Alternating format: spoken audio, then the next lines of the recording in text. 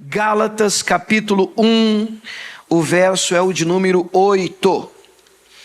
Gálatas capítulo de número 1, verso 8. Gostaria da sua ajuda na leitura desse primeiro texto. Gálatas 1, 8. Estou lendo aqui na Almeida Revista e Corrigida. Palavra de Deus diz assim, vamos lá? 1, 2, 3, ou então igual o pastor Miguel. 1, 3.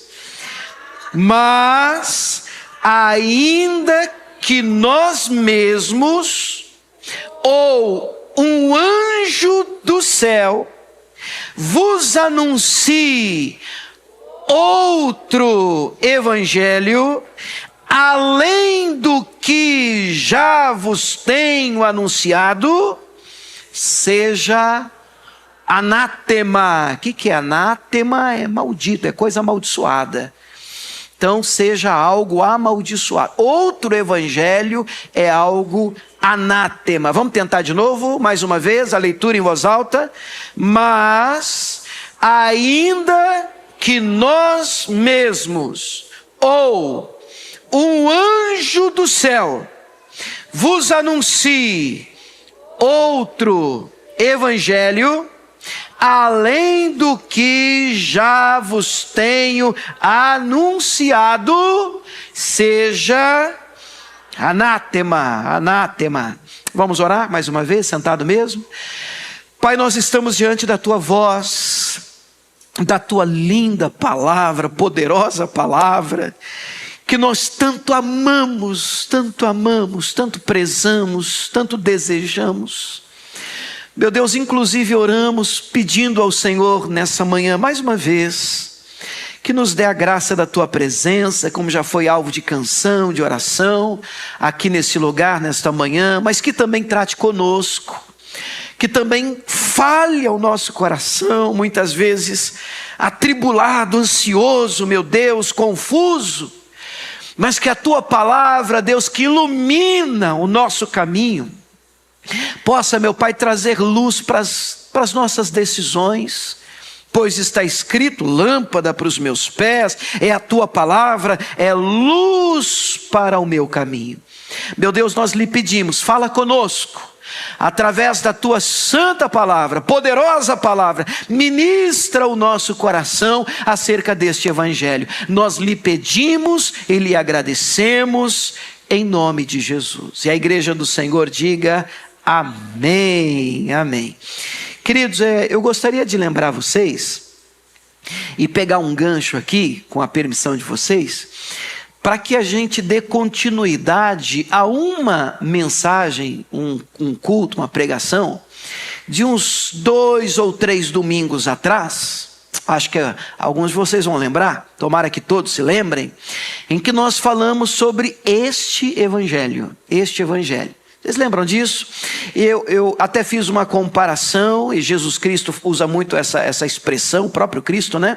Este evangelho será pregado quando aquela mulher adoradora, Maria, entra, né?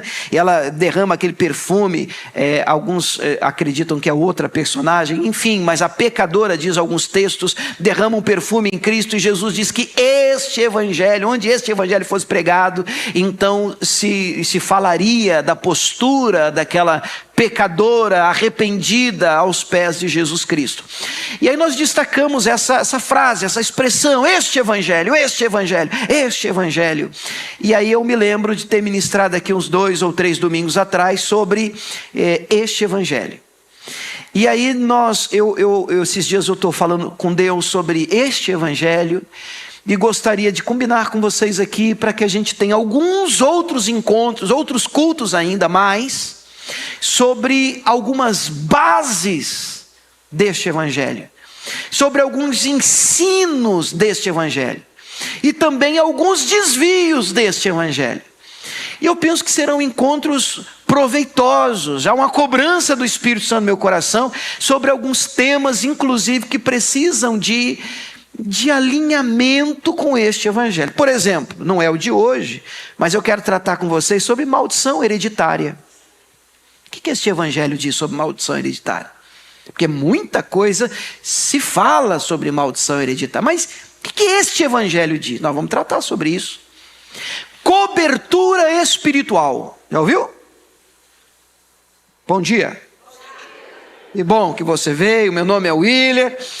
Então, cobertura espiritual. Se fala muito sobre isso também. A questão é, nós precisamos confrontar algumas crenças e ensinos à luz deste evangelho. E às vezes podem estar desequilibradas, uma dosagem equivocada. E hoje eu quero falar um pouquinho com vocês, pode até colocar para mim, sobre unidade. Sobre o evangelho da unidade. Para mim é um dos pilares do evangelho verdadeiro de Cristo. Alguém pode me dizer, pastor, mas peraí. Existe outro evangelho? Porque este evangelho, pastor, que eu saiba, só tem um evangelho. É verdade, um evangelho verdadeiro. Verdadeiro só tem um. Mas existem outros falsos por aí. E é por isso que Paulo, escrevendo aos Gálatas, e nós começamos lendo esse texto, ele vai dizer, olha, ainda que surja alguém, um apóstolo, sei lá, hoje tem cada título, né? Imagina aí, tem gente que já se autodenomina patriarca, pai de não sei quem, enfim, tenha o título que tiver, ainda que qualquer ser humano, ou pregador, ou pastor, apareça apresentando a você outro evangelho, que não é o que eu tenho apresentado. É um evangelho com mistura, ou um evangelho diluído, ou um evangelho com acréscimos, ou é um evangelho místico, ou é um evangelho de sorte, ou é um evangelho de magia, porque tem até isso, tem um evangelho de magia, tem um evangelho mágico, tem um evangelho cheio de superstição. Tem um evangelho, tem gente que ora assim, Deus, eu estou orando aqui agora, se for para eu fazer isso, meu braço direito vai tremer. Eu não sei onde leram esses negócios, mas a gente escuta cada coisa em nome deste dito evangelho. Mas seria este o evangelho do nosso Senhor e Salvador Jesus Cristo? Eu penso que não. Por isso que Paulo está dizendo, e não é novo, hein? Porque Paulo está dizendo já lá atrás. Ainda que outro apresente este evangelho, ou mesmo um anjo, ainda que um anjo desça do céu e comece a pregar, comece a ministrar, comece a falar sobre um outro evangelho, um evangelho que não é o que eu tenho apresentado, pode ser anjo, porque a Bíblia diz que anjo também tem o poder de se disfarçar de luz e apresentar ou se passar por algo que não é. Então seja anátema, maldito, está repreendido em nome de Jesus, porque o que nos interessa é este evangelho. Você pode dizer glória a Deus por isso? Bom, e pensando exatamente nisso, eu gostaria de apontar alguns temas, e nós vamos desenvolver ao longo de alguns domingos, eu ainda não sei quantos, alguns temas para que a gente possa dar uma alinhada na nossa fé, sabe? A gente possa olhar para a palavra de Deus e ter um comportamento à luz deste evangelho. E tirar algumas coisas, quem sabe alguns excessos, se for o caso. E acredito sim, de todo coração, que provavelmente será. E hoje eu quero falar um pouquinho com vocês sobre o evangelho da unidade. À luz do Salmo 133. Vamos dar uma lida nesse salmo? Lindo, poderoso. E a palavra do Senhor, ela por si só, ela é tremenda, ela é poderosa. Mas esse salmo, 3 versículos fantásticos. Fantásticos. E diz assim, eu vou ler os versos 1, 2 e 3. Do Salmo 133. Ó, quão bom e quão suave é que os irmãos vivam em união.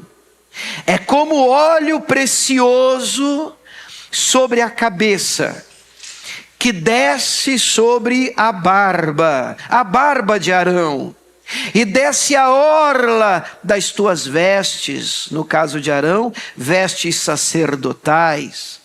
É como o orvalho do Hermon, do monte, que desce sobre os montes de Sião, porque ali, e aí eu leio de novo, porque ali, só mais uma vez com a sua permissão, porque ali, a pergunta é, ali aonde? Ali aonde há unidade. Ali aonde há unidade. O que acontece ali? Ali o Senhor ordena a bênção e a vida para sempre. Você pode dizer glória a Deus por isso?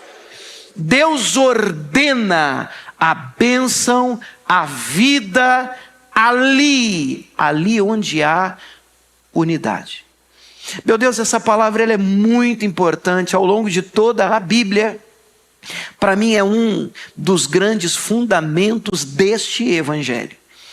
Algumas pessoas creem, ou pelo menos afirmam creem nesse evangelho, mas não fica assim sentido comigo não, qualquer coisa você ora por mim, amém?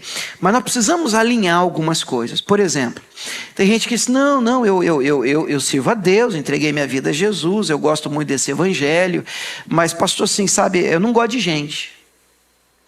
Eu não gosto de gente, não. Esse dia eu estava conversando com um pastor, eu disse pastor. E ele disse assim para mim, rapaz, esses dias eu tirei uma semana e fui para uma praia descansar. Até aí, beleza, todo mundo merece um descanso, até Deus, é um princípio, né? E aí ele disse que chegou na praia, procurou outra, muita gente, encontrou uma deserta. Aí o olho dele até brilhou, ele virou para mim e disse assim, fiquei lá, só eu. Aí vem a frase final. Parecia o paraíso. Espera aí. A ideia que muita gente tem de paraíso é assim, eu e ninguém mais para me perturbar. Você sabia que vai ter mais gente no céu? Você sabia que inclusive a gente está orando para encher o céu? Você sabia que inclusive a sua missão é lutar, orar, evangelizar, para povoar e lotar o céu? E lotar de quê? De pet? Lotar de quê? De gente, irmãos. Gente que muitos cristãos não suportam. Então nós precisamos orar sobre isso. Porque este evangelho só pode ser vivido em comunidade. De onde você tirou isso? Bom, João, escrevendo sua carta, ele vai dizer assim, aquele que diz que ama a Deus, que não viu, como é que pode amar ou não amar? Diz que ama a Deus que não vê, mas como é que pode não amar o seu próximo que vê? O João diz que este é mentiroso. Então, este evangelho é um evangelho de comunidade.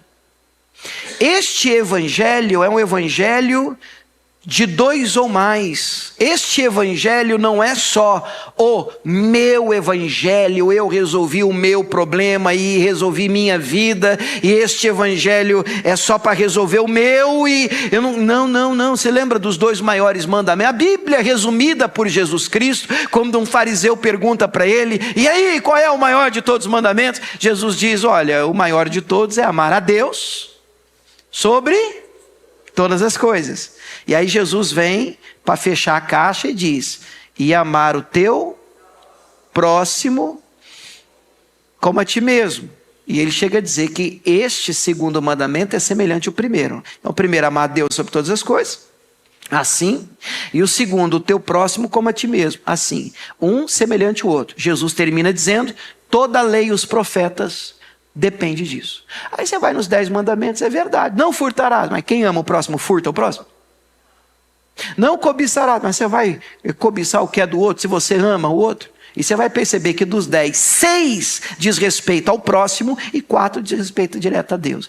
Então, há até mais mandamentos ligados à maneira como eu me relaciono do que a maneira como eu lidou diretamente com Deus. E é interessante isso, porque é bem tranquilo a gente dobrar o joelho em casa, a gente fecha a porta, e claro, do quarto, da sala, e ali a gente dobra o nosso joelho, ali a gente fala com Deus, a gente derrama o coração. É muito bom, é muito bom. Mas o evangelho, este evangelho, não é só você e Deus. Esse evangelho diz respeito a além de você. E eu confesso, esse é um grande desafio, e é por isso que eu queria gastar esse culto hoje, essa ministração, conversando com vocês sobre o que Satanás está fazendo no meio da igreja de Cristo. Como Satanás está ludibriando, mentindo, e eu vou dizer assim, com a sua permissão, para nós. Há pessoas já que acreditam na frase, ninguém presta. Sabe, o amigo de hoje é o inimigo de amanhã. Sabe, esse negócio de confiar nas pessoas, para mim não dá. Obviamente, para pessoas que estão feridas, magoadas, pessoas que têm um histórico, e quem é que nunca foi desapontado por alguém? Mas esse evangelho é o evangelho do investimento no outro. Este evangelho é o evangelho de Jesus Cristo, que morreu por aqueles que estavam ainda, inclusive aqueles, nós que estávamos ainda mortos, nossos pecados e delitos. O Salmo 133 para mim é uma maravilha, porque o Senhor está dizendo que ali é onde há unidade, ali aonde os irmãos vivem em união, ali o Senhor ordena uma bênção especial. Você crê nisso? Fala amém, só para dar uma... Acredita que Deus tem bênção para nós? Olha, Ele ordena a bênção e a vida ali onde há unidade. E a pergunta que eu quero fazer, assim, só para a gente construir uma introdução é: será que o diabo sabe disso? Claro, gostei do claro. Lógico. E é por isso que Satanás trabalha duro, para que a gente tenha muita dificuldade de relacionamento. Eu estou dizendo muita dificuldade, a ponto em que eu estava vendo uma pesquisa ontem, inclusive fica o crédito aqui, eu estava conversando com o pastor Mendonça, ele mandou para mim uma mensagem que assim falou demais o meu coração. E aí eu estava ouvindo isso, e uma pesquisa foi divulgada falando sobre como tem diminuído o número de relacionamentos e amigos, no tipo, como as pessoas têm tido cada vez mais menos amigos. Cada vez mais confiamos menos nas pessoas. Cada vez mais nos isolamos mais.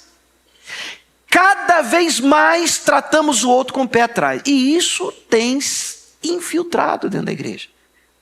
A Bíblia é um livro grosso, extenso, e você fica assim maravilhado se você passear pela Bíblia, sobre como essa questão de unidade aparece. Olha, Jesus manda os discípulos de 2 em 2, a Bíblia diz que se 2 de nós concordarmos aqui na terra acerca de qualquer coisa, olha só a unidade. A Bíblia diz é melhor serem 2 do que 1, porque se um cair, o outro levanta o seu companheiro, é ruim ficar só. Tudo isso unidade. A gente olha para a igreja de Atos, a gente percebe unidade. A gente olha para a Torre de Babel, e mesmo com uma intenção desvirtuada, a gente vê que porque havia unidade, a torre crescia. Só parou de crescer depois que a unidade foi tocada.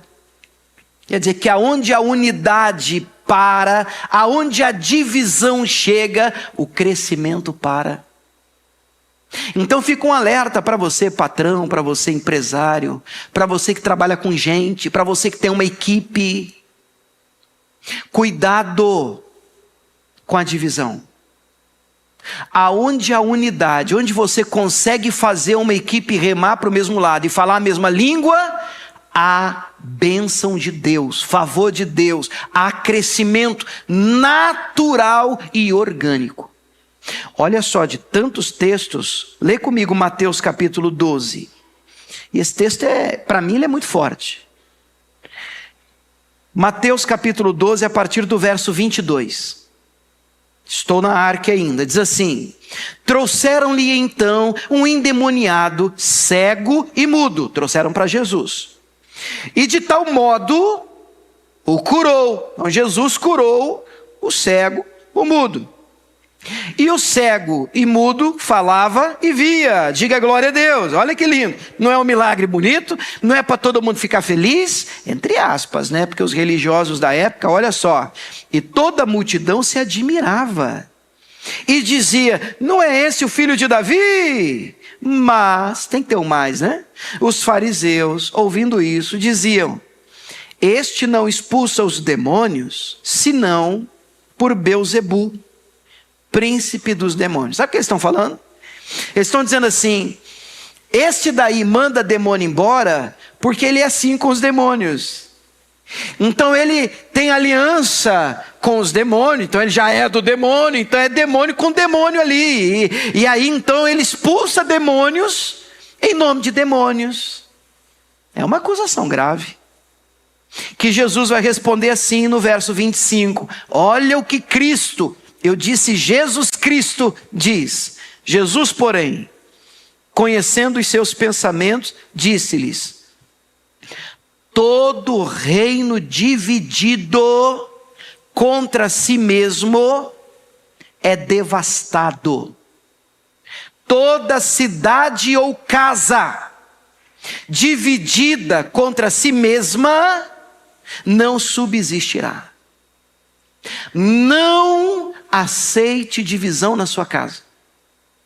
Não permita divisão na sua família, nos filhos. Entre os filhos, você que tem mais de um. E filho é assim, meu irmão. Filho pequeno, eu não sei quantos pais eu tenho aqui. Mas se você deixar, ele coloca o pai contra a mãe. Ele chega no pai e aí chega na mãe: então já falei, ele não falou nada. É filho de Adão, irmãos. Tudo nasce do pecado. E divisão é uma coisa que nós precisamos tapar na hora. Eu não sei como é que foi a sua criação. Eu tive pais fantásticos, mas nós fomos criados em 4 meninos dentro de casa. Eu sou mais velho. 3 de sangue, 1 de criação. E assim, 4 meninos, meu irmão. Meu irmão tinha dia que era Muay Thai, era boxe, era vale tudo. O negócio ali pegava fogo. E aí minha mãe trabalhava o dia todo, bancária, meu pai bancário, ele Banco do Brasil, ela Caixa Econômica, a vida inteira. Aposentaram bancários. Então passava o dia todo. Quando chegava em casa, estava lá um com olho roxo, outro com hematoma. As brincadeiras eram tudo violenta. 4 moleque. E aí lá vinha ela: quem foi? Quem foi? E aí tem que ter um irmão que entrega, né? Sempre tinha. Aí entregava a gente e tal. E minha mãe que fazia um negócio. Ela fazia assim: vem cá. Aí lá vinha um. Aí vem cá o outro. Aí lá vinha o outro irmão. Abraça aí. Eu não sei se você teve esse nível de criação na sua casa. E a gente vinha assim: abraça! Parecia até que estava manifestado. Abraça! Aí jogava o braço assim: dá um beijo nele, fala que ama. Eu falei: que é isso, mãe? Mas eu não sei se consciente ou não, ela não permitia divisão, separação dentro de casa. Meu Deus, que comportamento fantástico. Como isso me ensina. E como nós precisamos vigiar com isso. Como precisamos vigiar com isso. Porque senão Satanás se infiltra. E tudo que ele quer é uma casa dividida. Você vê que ele não precisa de muita coisa. Ele só precisa que você não se entenda com seu marido, com a sua esposa. Ele só precisa que os irmãos briguem. Só para acabar com uma igreja, para acabar com um projeto, para acabar com um trabalho. Eu só preciso que vocês não se entendam, porque uma casa dividida está fadada a cair, a acabar. Projeto que lindo, cresce maravilhosamente bem, se a linguagem não for a mesma, acaba, cessa, e Satanás sabe disso. Mas eu acredito que nós também já sabemos disso. Você pode dizer amém? Deixa eu fazer uma pesquisa de campo rapidinho. Você sabia que a Bíblia fala que a gente tem que viver em união? Você sabia que a bênção de Deus na unidade? Você sabia que a gente precisa remar para o mesmo lugar, falar a mesma língua? Eita glória! Então, pensando já que nós já sabemos isso, eu quero apontar nessa manhã aqui para vocês, nessa série de este evangelho, 3 grandes inimigos da unidade. 3 grandes inimigos da unidade. E eu quero te fazer um pedido. À medida em que eu for falando, você não vai pensar em outra pessoa, você vai pensar em você. Você vai ouvir pensando assim: eu sou assim. Você tem que ser honesto com você. Nós estamos diante do espelho da palavra de Deus. Então, se você ouvindo um ponto, uma palavra, você olhar e dizer assim, eu acho que eu tenho um pouco disso. Então, hoje é dia de nós trabalharmos isso. Porque este evangelho vai além de mim, além de você, além do indivíduo. Esse evangelho, ele é coletivo. Amém? Número 1. Primeiro grande inimigo da unidade. E eu já explico. É o medo. Eu não estou falando de qualquer medo. Eu estou falando de um medo resultado de uma ideia equivocada de que você pode tirar de mim o que é meu. Então, meu relacionamento com você, ele está problemático já. Por quê? Porque eu já olho para você com medo de que você tome o meu lugar, o meu cargo, a minha posição, o meu dom, o meu talento. E é um equívoco enorme esse tipo de pensamento. Mas ele existe. Existe porque aí fora, eu sei, eu não estou aqui para pintar um mundo colorido, arco-íris. Eu sei que no mundo empresarial, no trabalho, muitos de vocês têm experiências até maiores do que eu nessa situação para poder contar. Pastor, é cobra engolindo cobra. O negócio aí fora é a lei do mais forte. E o negócio no mundo empresarial aqui, meu irmão, um atropela o outro assim e nem olha para trás.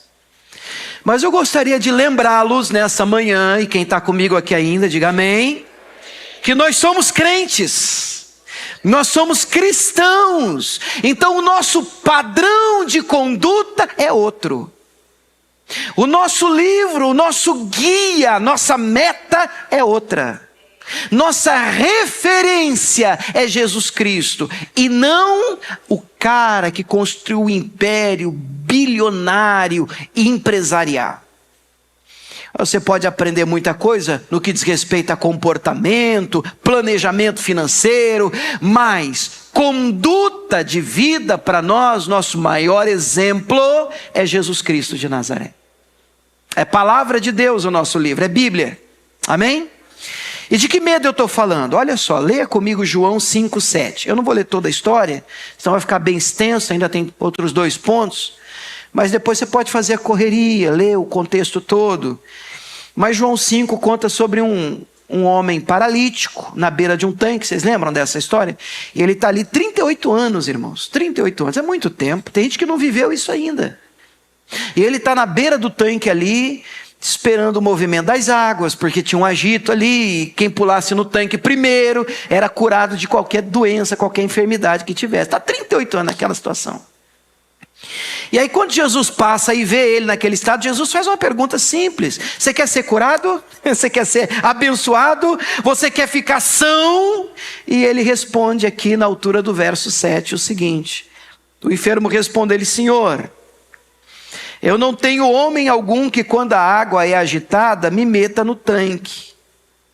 Mas enquanto eu vou, desce outro antes de mim. Eu vou explorar só essa segunda frase.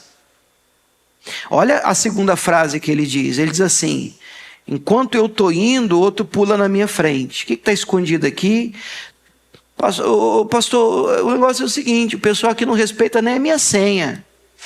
Eu estou 38 anos aqui, e na hora que eu estou levantando para poder tomar posse da bênção, eles roubam o meu lugar. A ideia no meio cristão, equivocada na minha opinião, à luz da palavra de Deus, de que alguém pode tomar e roubar de você o que é teu, o que Deus tem para você, é uma ideia que precisa cair por terra hoje, nessa manhã, em nome de Jesus. E vou te explicar por quê. Vou te explicar por quê. Porque eu, como crente, duas verdades. Eu entendo que nada é meu. Tudo pertence a Deus. Eu leio a minha Bíblia e eu percebo que eu sou um mordomo, um despenseiro. Eu sou um garçom de Deus. E Deus tem me permitido possuir algumas coisas, mas elas não são minhas, elas são de Deus, eu só administro. Então, quando eu tenho essa ideia clara na minha mente que nada é meu, tudo é de Deus, o que você pode tomar de mim? O que eu posso perder? Bom, se tudo é de Deus, e eu tenho Deus, eu tenho tudo. Ainda que uma outra coisa escape das minhas mãos, tudo é dele. E um segundo ponto que eu penso que precisa estar gravado na tábua do nosso coração: seu futuro está na mão de quem?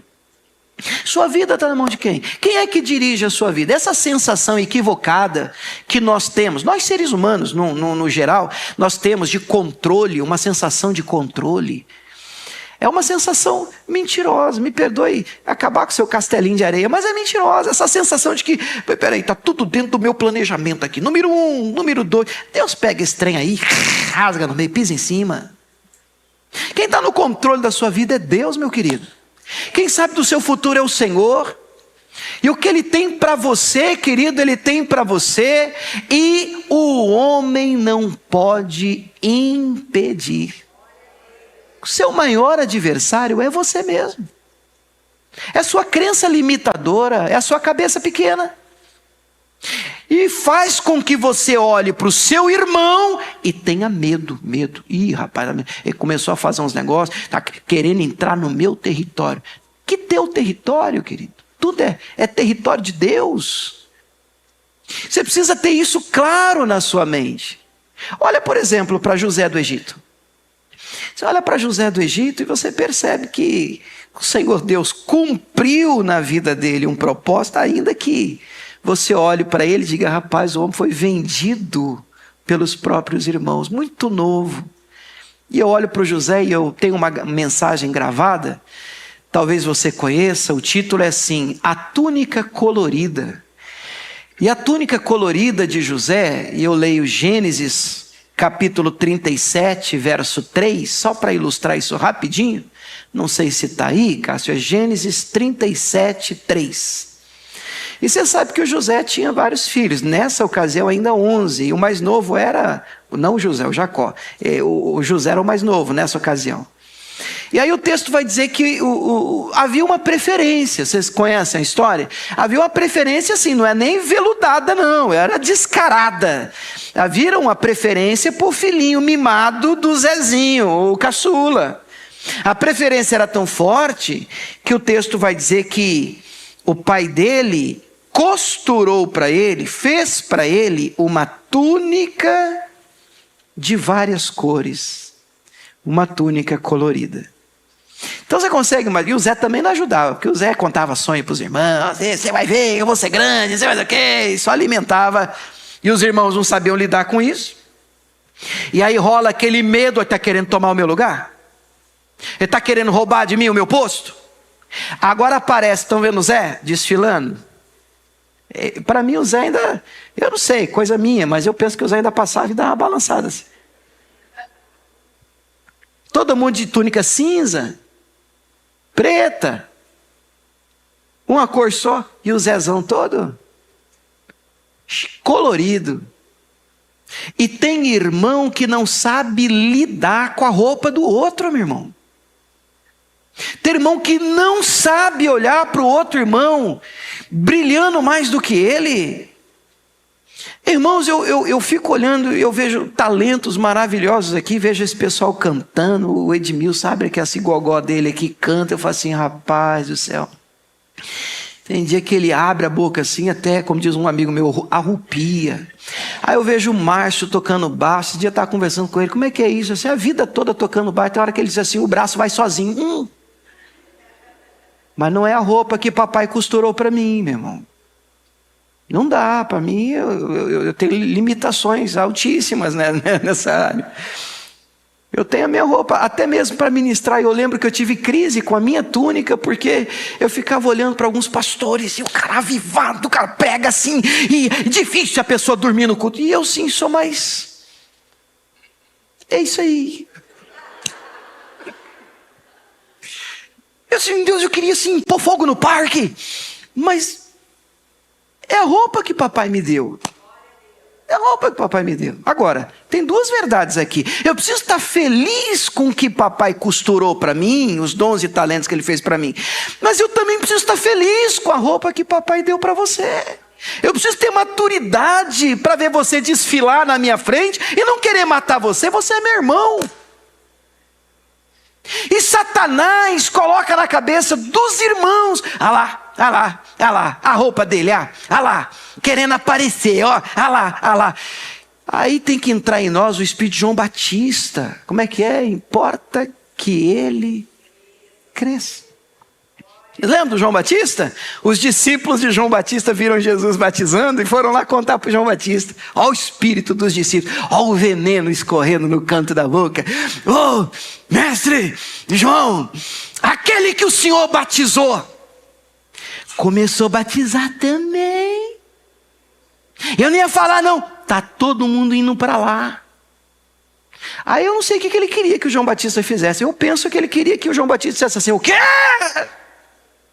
Pega um porrete aí, um pedaço de pau, vamos lá agora.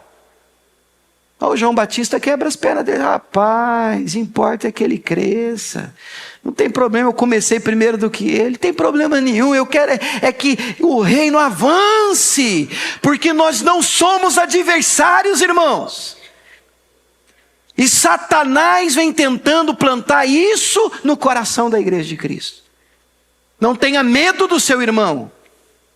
Esteja alegre, feliz, bem resolvido, com a túnica, os dons, os talentos que papai costurou para você, e aplauda a túnica do seu irmão com alegria. Deixa Deus usá-lo, deixa ele fluir, deixa correr, deixa o Espírito de Deus fluir. Não represe, em nome de Jesus de Nazaré. Você pode aplaudir o Senhor? Não represe.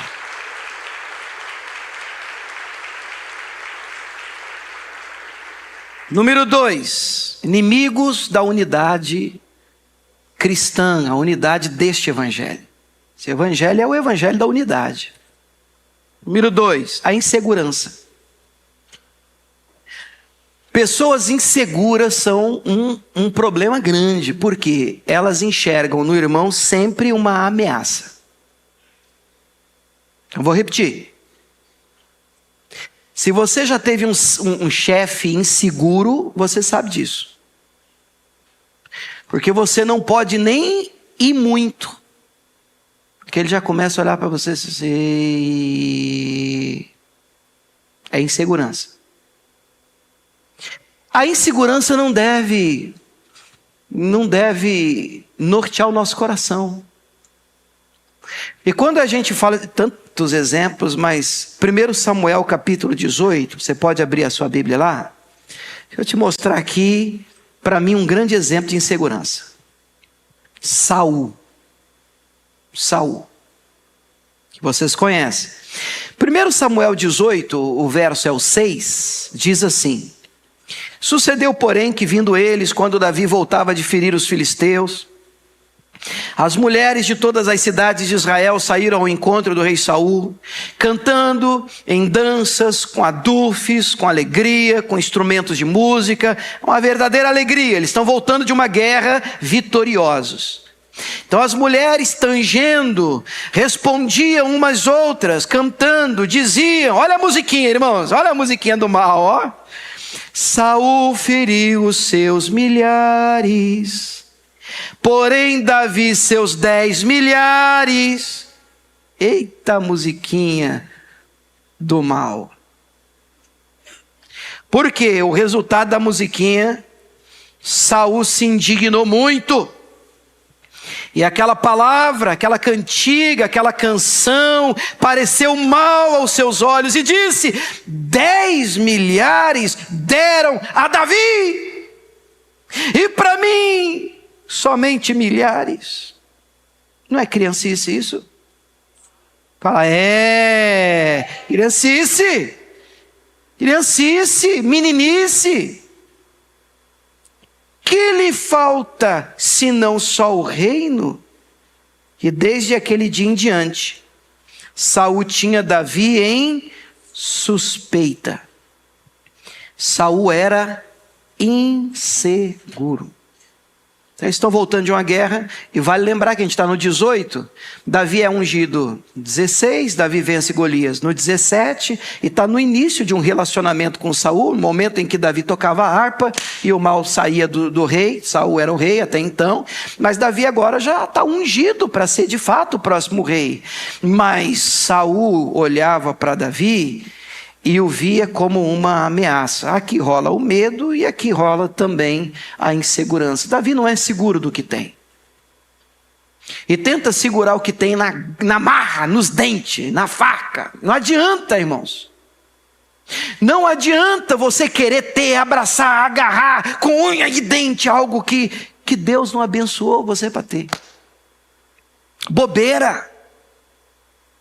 Eu aprendi há alguns anos atrás, e a Camila, ela, mais uma pérola dela, disse assim: olha, nós precisamos manter as pessoas com as mãos abertas. O que isso quer dizer? Quer dizer que nós somos livres. E você precisa ter amigos, amizades e relacionamentos assim, a mão aberta, você é livre. E todos fomos livres e libertos em Cristo Jesus. Agora eles estão voltando de uma guerra, cavalo, aquela comitiva bonita, as mulheres cantando, e elas começam a cantar assim: Saul matou os seus milhares. Saul, opa, milhares. Na hora que vem a segunda estrofe, Davi seus 10 milhares. 10 mil para Davi e só milão para mim?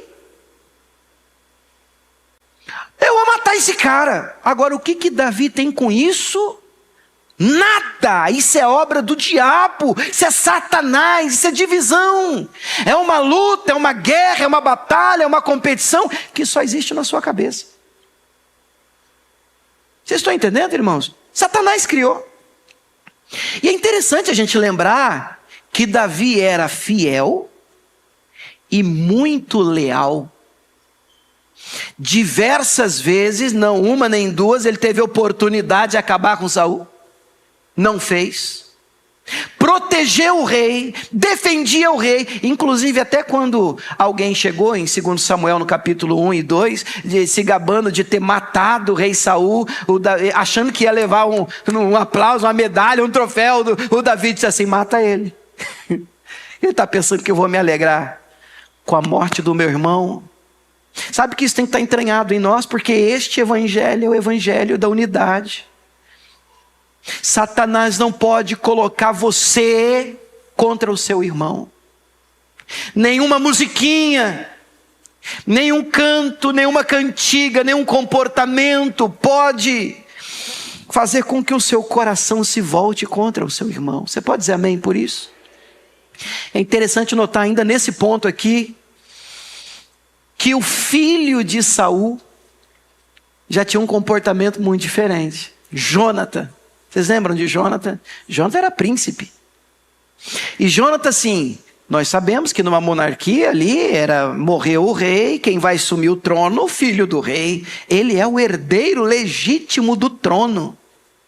Então, se tem alguém que poderia viver inseguro e com medo de perder o trono, era Jonathan. Mas olha o Jonathan, o que o Jonathan faz? Uma aliança com Davi. Olha que coração. O Jonathan diz: não, problema eu sei. O que Deus tem para você, e se Deus tiver o trono, para mim está ok. Por quê? Porque eu quero viver com o que Deus tem para mim.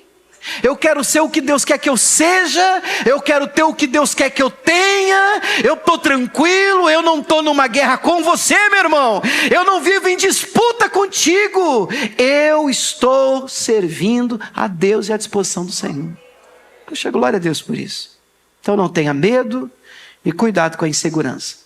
Número 3, para mim, a cereja do bolo, um grande inimigo da unidade é a competição. E é muito triste de ver que esse artifício que é tão usado nas empresas Por exemplo, para colocar um vendedor contra o outro. Olha lá, esse mês você ficou em terceiro lugar, você tem que bater a meta. Isso até cabe lá fora. Às vezes você vê isso entrando na igreja. Sua célula está em quarto. Quem que eu tenho que pegar? Pega o número 2. Passei você. Na igreja. Competição em nome de Jesus. Gênesis capítulo 4. A primeira família da terra. Os 2 primeiros irmãos da terra. Um matou o outro. Vamos ler? Gênesis 4:1 diz assim. Você está com sua palavra de Deus aí? Conheceu Adão a Eva, sua mulher, ela concebeu, teve Caim. E ela disse: alcancei do Senhor um varão. Quando a gente tem um filho, nosso primeiro nasce, meu Deus do céu, é maravilhoso. Ter filhos é fantástico. E ela então teve o segundo, teve mais, o seu irmão Abel. Abel foi pastor de ovelhas, Caim foi lavrador da terra, e até aqui está tudo bem. Problema nenhum, já vi a pregação. O problema é que Caim escolheu lavrar. Pelo amor de Deus, está tudo bem. Aqui está tudo bem. E aconteceu ao cabo de dias que Caim trouxe do fruto da terra uma oferta para o Senhor. Perceba que Deus nem pediu, eu não vejo Deus pedindo. Eles trouxeram voluntariamente uma oferta a Deus. Então Caim trouxe do fruto da terra uma oferta. E Abel também trouxe dos primogênitos das suas ovelhas e da sua gordura uma oferta para Deus. E atentou o Senhor para Abel e para a sua oferta. Perceba que antes de atentar para a oferta, Deus atenta para o ofertante. Porque o ofertante precisa ser aceito antes da oferta. Tanto é verdade que Jesus disse que se você tiver alguma coisa contra alguém, deixa a sua oferta. Resolve a pendência. Depois oferte. Porque a oferta não é mais importante do que o ofertante. Deus precisa aceitar o ofertante antes de aceitar a oferta. Amém? Então ele aceita, ele atenta para Abel e para a sua oferta. Mas para Caim e para a sua oferta, que é a consequência, ele não atentou. Para quê? Para quê? Irou-se Caim fortemente e descaiu seu semblante. O rosto mudou, transfigurou, manifestou. Vocês estão vendo Caim? Eu vou fazer rapidinho Caim não dá sorte não, viu irmão? O Caim olha para ele, apresenta, Deus não aceita. E tal o irmão. E Deus aqui na presença de Deus. E deu certo, e Deus atentou. E ele está aqui, olhando para o dele, aí olhando para o outro, olhando para o dele, olhando para o outro. O que o Abel tem com isso, irmão? O que o Abel tem com isso? O que o Caim faz? Ao invés dele olhar para si, e é o apelo do Espírito Santo para nós hoje. Sabe, ao invés dele olhar para si e dizer assim: o que eu posso fazer para melhorar? O que eu posso fazer para avançar? O que eu posso fazer para mudar o que precisa ser mudado? Meu Deus, tem alguma coisa que eu posso fazer para te agradar? Porque afinal de contas, é aqui. E eu não posso descontar as minhas revoltas no meu irmão. E eu tenho dificuldade com gente que, tive um dia difícil, aí sai dando patada, coice nos outros. O que os outros têm com o seu dia difícil, meu irmão? Irmão, aguenta aí. E é interessante que não dá patada no chefe, não, irmão. É a patada escolhida. A dedo. Não, pastor, a gente sabe com quem dá para ser grosso, né? Porque manda você embora. Então, meu irmão, não adianta você descontar a frustração no seu irmão. E aí Deus olha para o Caim, versículo de número 6. E Deus diz assim para o Caim, que Deus vê tudo, né? Por que te iraste? É claro que quando Deus faz uma pergunta, não é porque Ele quer saber a resposta, Ele tem toda a resposta. Pergunta que Deus faz, irmão, é sempre para a gente refletir. O dia que Deus te perguntar alguma coisa, pode escrever. É para você parar e pensar. O que você está irado, meu Caim? Por que descaiu o teu semblante? Por que você está assim, bravinho, com careta? Por quê? O que foi? Se bem fizeres, não haverá aceitação para ti. E que Deus está dizendo para ele? Ora, se você fizer o bem, não vai dar certo? Se você arrumar o que precisa ser arrumado, não vai funcionar? Agora, e se não fizeres o bem, Caim, o pecado está aí batendo na porta do seu coração, Caim. E para ti será o seu desejo, e sobre ele dominará. Caim domina isso aí. Estou vendo, Caim. O que você está alimentando seu coração de ódio, de raiva contra o seu irmão. E quem é que tem que dominar esse monstro que mora dentro de nós? Você, eu, nós.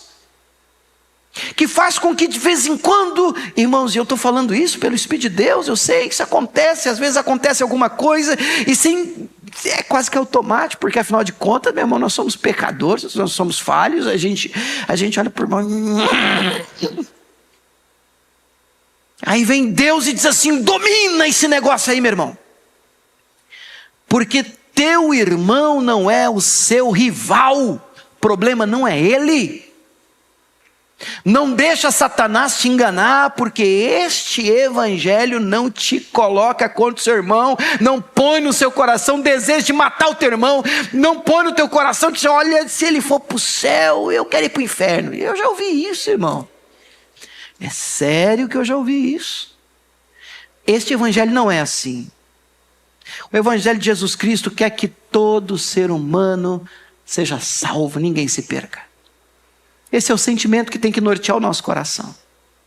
Nós temos que estar mergulhados nisso. E Deus está avisando Caim: estou vendo, hein? Caim, estou vendo, hein, Caim? Caim, se você fizer o direito, o correto, o certo, eu vou aceitar, Caim. E teu irmão não tem nada com isso. Não adianta você descontar no teu irmão. Seu negócio é aqui comigo. Melhora, avança, aprenda, mude. Mas não deu. Nós estamos falando da primeira família da terra, gente. Não deu, não. Olha o verso 8. Falou Caim com seu irmão Abel, e sucedeu que, estando eles no campo, se levantou Caim contra o seu irmão Abel e o matou. Ele morreu sem saber por quê. Tem gente que é atacada e diz assim: pastor, eu não sei se já aconteceu isso com vocês, eu nem sei por quê.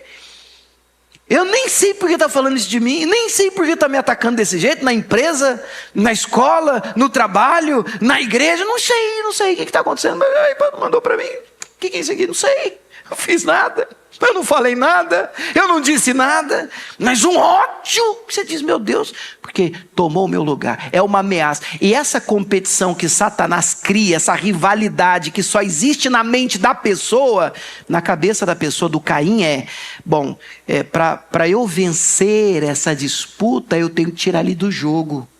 Um jogo que só ele criou. Não existe isso na mente de Deus. Não existe competição entre irmãos na mente de Deus. Nós não somos rivais. Nós somos irmãos. E aonde há unidade, o Senhor ordena a bênção do Senhor, o favor de Deus. Então Deus faz uma pergunta, e eu termino aqui no verso 9. Disse o Senhor a Caim: onde está Abel, teu irmão? Mais uma vez, lembre-se, Deus não pergunta porque não sabe. Ele sabe tudo. Mas a pergunta é uma tentativa de fazer Caim admitir o que fez, cair em si, se arrepender. A pergunta é: cadê teu irmão? E a resposta de Caim, irmãos, ela me assusta, porque essa tem sido um padrão, às vezes, que você encontra dentro da igreja. A resposta de Caim é: eu sou guardador do meu irmão? E agora eu é que tenho que saber dele? Bom, e a resposta de Deus para essa pergunta de Caim, esse desabafo de Caim, está bem implícita e óbvia. É claro que sim. Porque irmãos se protegem. Amém ou não amém? Irmãos se protegem, meu irmão. Mexe com a sua família. Ah, meu irmão, falar mal dos meus lá só eu posso. Família não é assim? Só a gente. Se você está conversando, você fala assim, rapaz, você acredita? O meu irmão fez. Aí entra um enxerido e diz assim, seu irmão realmente... Ei, é meu irmão, pai. Não vai falar do meu irmão não, vai arrumar confusão comigo. É meu irmão. Pode ter lá os problemas dele, as batalhas dele, os defeitos dele, mas água não vira sangue, meu irmão. Irmão é irmão. Irmão se defende, irmão se protege. Você pode contar como ele ligou na hora, acabou tudo, muda a agenda. É meu irmão. E eu gostaria que você olhasse para quem está do seu lado, atrás de você, à direita, à esquerda, e você abraçasse a ideia de que essa pessoa é seu irmão. E irmão não fala mal um do outro. E nem aceita que falem mal um do outro. Irmão se defende. Irmãos não se matam. Irmãos se protegem. Irmãos vivem em unidade. Aonde há unidade, ali o Senhor ordena a bênção e o favor da parte de Deus, a alegria, a graça, a vida, como diz o texto. Você pode aplaudir o Senhor? Aleluia! Seu irmão não é seu rival. Vamos repetir essa frase? Fala aí para o seu irmão, você não é meu rival, meu irmão. Você não é meu rival. Eu não estou competindo com você, meu irmão. Eu não estou competindo com você. Não tem disputa entre nós. Este evangelho é o evangelho que une e não separa. É o evangelho da soma, da multiplicação e não da divisão.